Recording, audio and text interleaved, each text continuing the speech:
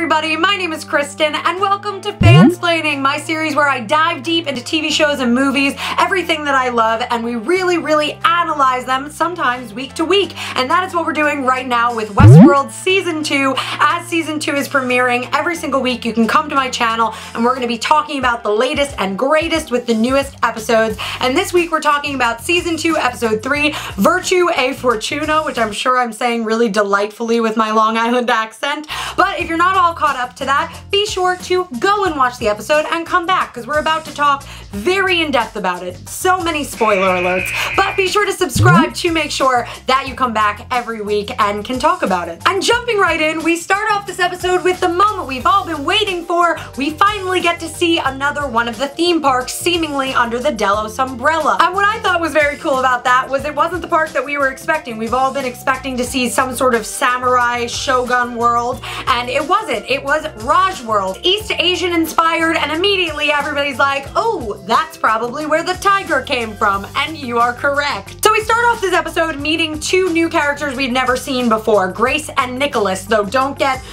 super attached super quickly because one of them is definitely dead. Grace and Nicholas meet at the park, they go off to have fun with one another, and immediately Grace demands that Nicholas prove that he is a human, and she says all of these lines alluding to that she knows that like Delos is kind of skeezy and she knows that the hosts can be really deceiving, and it's immediately clear that there's something she doesn't trust about the parks. But more or less, Nicholas proves that he is human. For the record, we don't know if Grace is human or not. We're all just kind of assuming that she's human, but let's assume for the meantime that she is human. Both of them are human. They're going off into the world and they immediately run into what seems to be the overlapping timeline of the hosts recognizing humans as hosts. But right before shit hits the fan, we have a really interesting moment from Grace, who has this notebook, and this notebook actually does appear in the first shot we see of Grace. She's at a table, a guy is telling her something, and she's madly scribbling in the notebook, and she shuts it the moment that Nicholas comes over,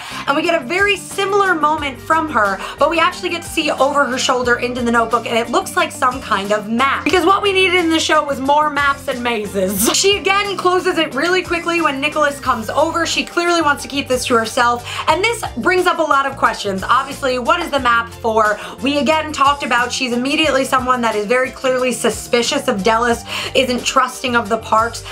What does she know? What is she in search of? I have so many questions about this damn map, and then who knows if she's even really still alive and if we'll ever find out. Shortly after the hosts attack, Nicholas is killed, she's on the run, and the fact that she is like not reacting the same way that the hosts are leads me to believe that she probably isn't a host. So we'll again assuming that she's human. She runs away from the host, she gets chased by the tiger that we saw in Season 2 Episode 1, and she jumps off a cliff, but apparently does in fact make it over to Westworld, because later on in the episode we will see a flash forward where she is next to the dead tiger, crawling up on the sand. She's made it, but oh no, there's Ghost Nation.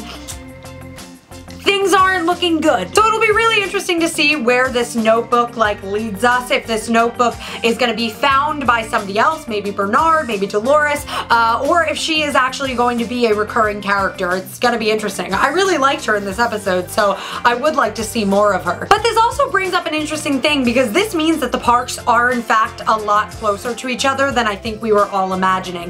The fact that there was like a body of water that seemed to be the only thing separating Raj World from Westworld is very stunning, and it was also the first time that we've ever seen what the edge of a park looks like, where there's kind of this laser beam and a person yelling out like, oh, you've left the park boundaries, go back in the park, you've left the park boundaries, go back in the park. It seems like a lot less advanced than I thought it would be. I would think that the worlds would be much better separated, but apparently they're a lot closer, which is certainly going to make it a lot easier to build a host army, but I digress. So now let's talk about Bernard and Charlotte. Charlotte, because there's a big section now where we get to see finally Bernard and Charlotte the like 12 days before we're in the present. So the two of them have now gone out back into Westworld in search of Abernathy, in search of the walking database that they've just let roam in the park. They geolocate him and then they hide behind some bushes because in the distance they see him all tied up with a bunch of other party guests, and they're all being controlled by Rebus and his men, aka Simon from The Walking Dead, who is just slaying on this show. Good job, sir. There's a bounty on all of these people's heads. Rebus is looking to cash in, and so Charlotte and Bernard are like, how we gonna do this? So pretty much they stage a distraction, and Charlotte and Bernard come in and they reprogram Rebus to now be like the best shot, but also very caring, gentle, and respectful towards women. Again, the guy who plays Rebus, I think his name is Steve, did a really incredible job of playing this. It was a really wonderful switch back and forth. It was just great. Bernard and Charlotte have Abernathy. Everything seems great except for the fact that Abernathy is a little cuckoo for Cocoa Puffs at the moment because he's got too much information in him, and so he's flashbacking and going back and forth between old characters that he has played. So he decides to stand up to the people that are trying to kidnap them for that bounty, and it gets Bernard and him kidnapped while Charlotte runs into the distance on a horse. And this is the first split that we're seeing between Bernard and Charlotte, which seems to be important. So, Abernathy and Bernard are captured, and they are taken to the same place that Dolores is now at. Dolores has taken her whole crew to Fort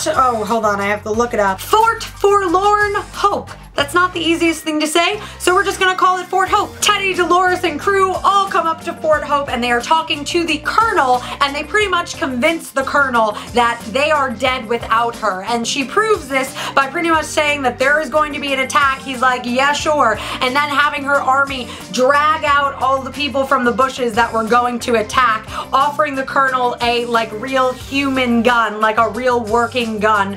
And this is also the first time that we see Clementine, because Clementine is the main person dragging people up for Dolores, and Clementine is looking a lot like Coraline. So this is where Dolores, Bernard, and now Abernathy all come to meet. So Dolores sees these two hostages. She recognizes Bernard, says, take him away, put him with all the other prisoners, and then she sees her dad, and obviously is like, yo, bring him somewhere else. I gotta talk to him. And this is a super important moment from Dolores, because so far in season 2, we have seen very few moments of Dolores as her past self, as what she was programmed to be, or really having any sort of feeling other than feeling very almighty, very vengeful, and ready to take over the world. And in this moment, we finally see Dolores seeing her father, remembering like her father, and having this moment with her father where she even falls back into old habits, into who she used to be, into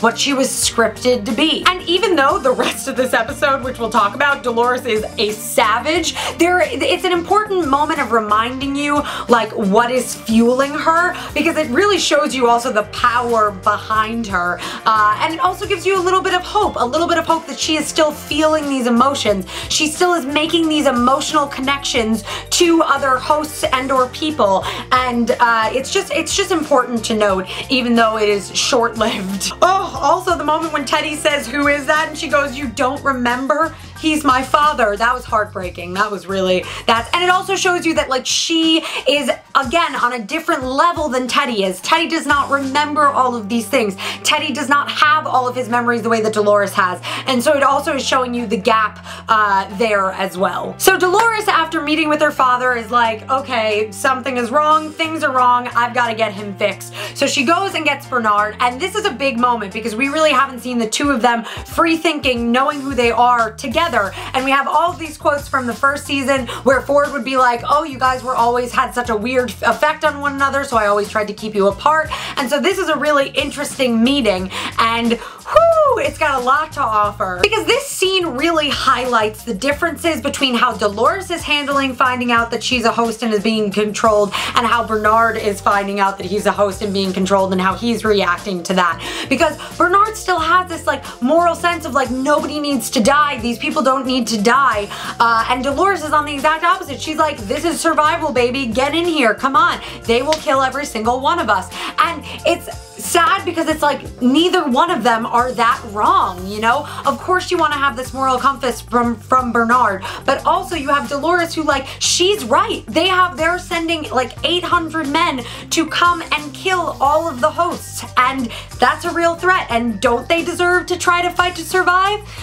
I'm kind of on her team, and I'm also very much on Bernard's team. Moral dilemmas at every turn. So essentially, Bernard tries to fix Abernathy, and while he's trying to fix Abernathy, he discovers, like, you know, this big code, this big database that's been put into him, and he starts to decode it, and he only gets to see a little bit of it before Abernathy is snatched away, but we'll get to that. While all of this is happening, we flash to Charlotte, and Charlotte is underground, and she's meeting up with the Delos people, and what I found most interesting about this scene is how immediately they needed to confirm she wasn't a host. And again, there wasn't really anybody there to recognize that she was Charlotte, but then he also says that he was sent to get her, so it's a little confusing because it then presents the very real possibility that season 2, episode 1, when they showed Bernard that they do know he's a host, because why wouldn't they do the same thing and scan the back of his head to make sure that he isn't one? So Charlotte pretty much is like, we gotta get going, we gotta go get Abernathy, I'm coming with you, and sends the troops off to Fort Hope, where everything is about to go down. We get this giant battle sequence during which the Colonel sends out all of his men. Dolores' people are going out and fighting, but they're only fighting to a certain extent, because halfway through the battle, Dolores, in very, very Game of Thrones style, I was like, am I watching Westworld or Game of Thrones? HBO, what are you doing to me? She has her people pull up their banner from a tower, which signals all of her people to come back, and they close the doors as the entire Colonel's army is slaughtered. And in that moment, it is revealed that this was Dolores' plan all along, and Dolores again says that quote to us, that not everyone deserves to make it to the other side, to the heavenly gates or what have you. But while all of this is happening, Charlotte takes a guy and is like, we gotta go get Abernathy, and sends her people to go and find him, and they get him. They get him. They shove him in a go-kart. Bernard manages to escape on his own, which we'll talk about, and then they are about to drive away when Dolores notices, and Dolores, whoo, her eyes are not full of splendor. Dolores starts shooting at them. She is about to sort of run after them, and then they speed away, seemingly having Abernathy. So it's going to be really interesting to see how Charlotte loses Abernathy again, because we learn later when Bernard and Charlotte are together that somehow they've lost Abernathy again. But regardless, Dolores is like, we're gonna go and send men to go and find him. But she presses on. She's like, the war is more important sort of deal. And so she goes back, and that's when she gives the order to Teddy to go and slaughter the rest of the army they had allied with. Allied with? Aligned with? Aligned with? That they were allies to? Yeah, okay, well, grammar. Which is why we now get to talk about Teddy, because every episode of this season is essentially us trying to figure out, how is Teddy gonna end up dead in that big old pool of water? Is it gonna be Dolores that kills him? What's gonna happen to Teddy? And in this moment, we see two instances of him sort of slipping up in a way that Dolores definitely doesn't approve of. The first time actually already happened, which was when she was instructing a guy to go and take her father to another room, and he was not cooperating. Dolores was about to shoot him, and Teddy runs in and punches the guy. Teddy seemingly knowing that Dolores would follow through with it, and Dolores kind of just lets it go. But then, in the second instance, Teddy is taken to the back, and he's supposed to kill this guy. He starts talking to him, and he just ends up shooting in another direction. Whether that was meant to make Dolores think that he had finished the job or not, I don't know, but he pretty much shoots and then tells tells the guys to get gone, and Dolores sees it, and ooh, Dolores makes a face that I don't want to see. So already it's gonna be really interesting to see next episode if Dolores like confronts Teddy about this, if this is causing that rift to start. It's super interesting. I'm glad that we're just getting a really awesome arc for Teddy, because that actor is great. And so the last thing that we have to talk about during the battle is Bernard. Like I said, Bernard manages to sneak out of the back. He starts a running, and then he gets clocked by Clementine and dragged by Clementine, and we don't know where she's dragging him to. I think, quite frankly, that Clementine might be the scariest looking person on the show now. Like, the way that that actress is playing this role is just phenomenally creepy. And that's sort of where we leave that cast of characters in this episode. The only other thing that this scene leaves me wondering is if Dolores can no longer feel pain. She's shot right in the shoulder, like right kind of above the heart, while she is chasing after Charlotte, and she just keeps on walking like she does not feel it. And that really lends us to be like, is Dolores immortal? Were they only feeling pain because they were programmed to feel pain? Are these guests like, it just presents so many questions about the army that Dolores could build. Same thing with at the beginning of this episode with seeing how easily Rebus was still able to be completely reprogrammed. If Dolores learned how to use those tablets to reprogram hosts, she could eventually reach a point where she's like, you know what, I need an army, and I need an army at all costs, and start reprogramming hosts. And then that would bring up the question of like, then is she any better than the humans that controlled the hosts? That's a big hypothetical, but it's just something to like take note of, that these hosts can still be very easily reprogrammed and made smarter, faster, better shots. There's a lot of stuff that they can be done to them, including Dolores. I don't think Dolores is all of those high stats. I think Maeve is actually still smarter than her, which leads me into my next segment, talking about Maeve's storyline. So we pick up seeing Maeve, Lee, and Hector basically where we left them. They're kind of wandering through Westworld on a quest to go and find her daughter. And as they are traveling, they come across Ghost Nation, and Ghost Nation is also very terrifying, very terrifying. Hector immediately is like, oh, I know the language, and starts communicating with him, and they are talking. Pretty much Hector is like, we can keep on walking, but they want this dude. And Lee is like, me? No, no, you need me, you need me. And Maeve is like, yeah, we do need him. But as all this is happening, Maeve is looking at the member of Ghost Nation, and she starts to have flashbacks. She starts to have memories to when her and her daughter were killed in one of their storylines, where they are peering through the windows, and she recognizes him as at least one of the men, maybe if not one of the actual men, at least one of the men of Ghost Nation. And she becomes very controlling in that moment and decides that she's gonna try and control him the way that she has been able to control other hosts. So she tells him to stop, forget that she saw that they saw them, sorry, and then to keep on moving forward. But it doesn't work on him. Answering another one of our big questions, can she control all hosts? No, she cannot. What is that affected by? Is it because she wasn't speaking in their language? That doesn't seem to make sense, because I highly doubt that the humans that were operating Ghost Nation were talking in their language when they were controlling them. So it's just it presents a lot of new things into the mix. Maeve can't control them. Great. So Maeve, Hector, and Lee start running. They find an elevator and they go back down into Delos underground tunnels. In the tunnels, we get a really amazing scene in which Lee is very astounded that there is any sort of relationship that is happening between Hector and Maeve that seems real. He's like, you, Hector, are not programmed to feel this or do this. You're supposed to only feel for this person. You can't feel for anybody else. And Hector goes on a whole thing about how he does feel for Maeve and that this is real, but as he is speaking, he starts to revert into script that was written for him by Lee, proving that Hector is still a little reliant on the way that he was programmed. Which definitely leads you to immediately think, is Maeve still going into that a little bit? Does Maeve have as much control as we think that she does? I don't know, I hope so. And that's when we also get this amazing, amazing thing with the re-entrance of, I'm gonna say her name wrong, it's Armistice, this chick, and Hector goes, she has a dragon, which everyone, again, am I watching Game of Thrones or am I watching Westworld? I didn't realize that Daenerys was in this show, even though she's just as beautiful as Emilia Clarke, so live it. So she is now back with the team. The team is all back together, and she now has like a Terminator hand, so she managed to get somebody to fix her, and the people that most likely fixed her are Felix and that redhead guy. I have been wondering this whole season where Felix is and hoping he was gonna come back in, and I was really excited to see him back into the fold helping Maeve, and that Maeve really cares about Felix, because it's interesting how Maeve is almost that great in-between between Dolores and Bernard. She has a moral compass and she still has emotional connections, but she also is willing to do what she needs to do to survive and have that sort of self-interest. It's the, again, moral dilemmas at every corner. So wrapping up on their little story, they then exit through another elevator back into what we think is Westworld, but might actually, pew, pew, pew, pew, be another theme park, and not the Raj, not Raj World.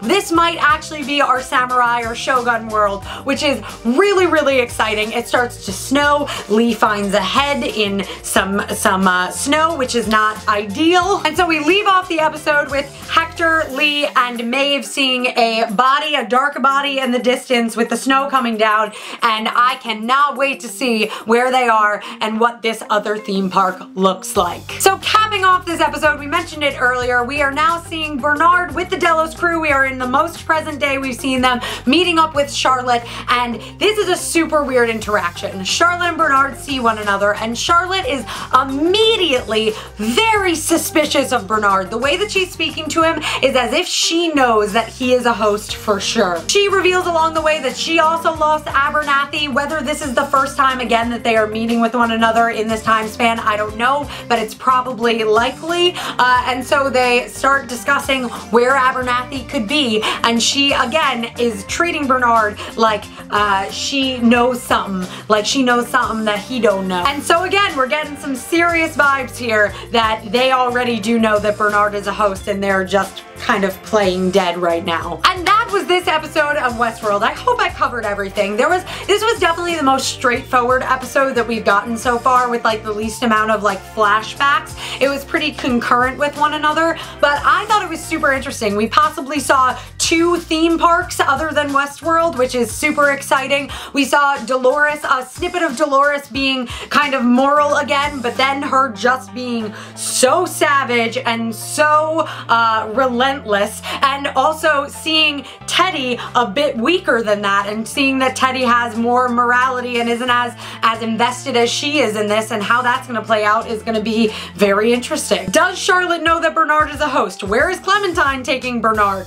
What is Dolores going to do about Charlotte when she sees him again? And where is Abernathy? Like, what's going to happen to Abernathy? I have so many questions, and I just cannot wait for this week's episode. And now it is time for our final segment of the show, which is called Surviving or Thriving. Teddy, surviving. He's not thriving. He's not enjoying any of this. He's barely holding on. Bernard, also surviving. Also barely holding on. Keeping it together as he deals with an existential crisis, and also the fact that like everyone might know that he's a host. Dolores, she's, I think even with this dad thing that happened this episode, she is thriving. She's doing what she feels is right, and she is making sure that everyone also feels that it is right. Abernathy,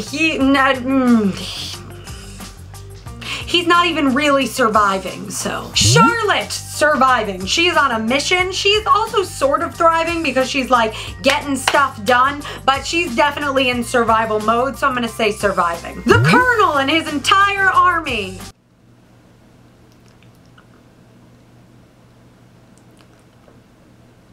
Too soon? Maeve, I'm just gonna say she's thriving. She's got Hector, she's on a mission, she may be having flashbacks, but she's still thriving. I love her. Hector, also thriving. He's got 2 of his women with him now, the one that he's in love with, the one that he's best friends with, and he's doing well. He did just kind of find out that he's still being controlled a little bit, but not so Antonio Banderas is doing just fine. And that concludes this episode of Fansplaining Westworld, Season 2, Episode 3. Thank you so much for watching, and be sure to leave me a comment letting me know if there are any conspiracy conspiracy theories and analysis, anything that I missed, because I'm sure that I missed things. I do not claim to be really anything. I just like to talk about the show. And be sure to subscribe so that you get notified every single week when I am uploading about Westworld. Otherwise, be sure to check me out on other social media. I'm at Kristen pretty much everywhere. And I love you, lovely beans. I will see you in my next video.